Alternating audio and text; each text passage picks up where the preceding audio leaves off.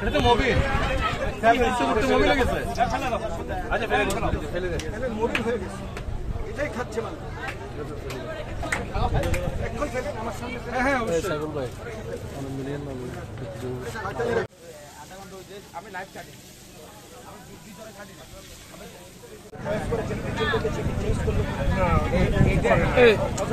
এদিকে চলে আসে আমার গ্যাস।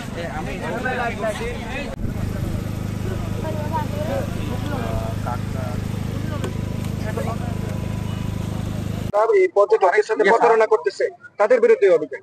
এই ক্ষেত্রে দেখা গেছে যে মাছ ব্যবসায়ীরা তারা আমার পর্যটকদের সাথে যে ধরনের প্রতারণা করতেছে, মাছ দেখাচ্ছে তাজা মাছ, অথচ পিছনে গিয়ে দেখা যাচ্ছে পচা মাছ বিক্রি করতেছে। তারা আবার পচা তেল দিয়ে বিক্রি করতেছে, যে ওজনে মাছটা দেওয়ার কথা ছিল তার চেয়ে কম ওজনে মাছটা আবার দিচ্ছে। এইভাবে আমার পর্যটকদের সাথে তারা প্রতারণা দিনের পর দিন, বছরের পর বছর করে আসতেছে। আমরা হাতে নাতে তাদেরকে ধরেছি এবং তারা নিজেরাই কিন্তু তাদের পচা মাছ ফেলেছে, আপনারা দেখেছেন। এইভাবে পচা মাছ বিক্রি বন্ধ করতে হবে এবং পচা তেল দিয়ে ভাজা বন্ধ করতে হবে। আর এগুলি যদি এখন থেকে করে তাদেরকে নেক্সট অ্যারেস্ট করা হবে। এরা এখন থেকে নিজেরা ফেলে দিয়েছে। আমরা ভুক্ত অধিকার মহোদয়ের দৃষ্টি আকর্ষণ করছি, শিগগিরই সাথে জরিমানা করবে এবং আমরা জেলা প্রশাসক মহোদয়কে অনুরোধ করব যারা এই ধরনের অভিযোগের সাথে জড়িত তাদেরকে যেন কাজ না দেওয়া হয়। আর আপনাদের মাধ্যমে জানাতে চাচ্ছি, এই ধরনের পচা মাছ পচা তেল দিয়ে কোনো পর্যটকের কাছে যে বিক্রি করে এবং গোপনীয় ভাবে মাছ কাটতে পারে, গোপনীয় ভাবে কেন মাছ কাটে, প্রকাশ্যে পর্যটককে দেখাবে এবং তারা পর্যটকের কাছে মাছ কাটবে এবং প্রকাশ্যে ফ্রেশ তেল দিয়ে বাঁচতে হবে। আমি পর্যটকদেরকে বলবো যে আপনাদেরকে সচেতন হতে হবে, আপনারা কোনো অভিযোগ হলে আমাদেরকে জানাতে হবে।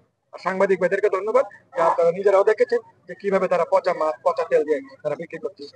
আপনাদের মাধ্যমে সবাইকে জানাতে চাই, পর্যটকের সাথে কোনো স্টেক হোল্ডার থেকে, ক্যামেরাম্যান বলেন, বিস্পাইক বলেন এবং ঘোড়া রাইডার বলেন, কেউ অতি ভাড়া এবং কোনো ধরনের প্রতারণা পর্যটকদের সাথে করতে কাউকে দেওয়া হবে না। কন্টিনিউশন চলতেছে, চলবে। আপনারা দেখেছেন কালকে ইস্টার বিরুদ্ধে করেছি, খুব শিগগিরই আমরা দালালদের বিরুদ্ধে আমরা অভিযান চালাবো এবং যারা হোটেলের দালালি করতেছে এবং টমটম যারা ডিস্টার্ব করতেছে এবং যারা বিভিন্ন ধরনের অনিয়ম করে পর্যটন শিল্পকে নষ্ট করতে চাচ্ছে তাদের বিরুদ্ধে প্রয়োজন যত বড় সিন্ডিকেটই হোক তার বিরুদ্ধে ব্যবস্থা নেওয়া হবে এবং এক্ষেত্রে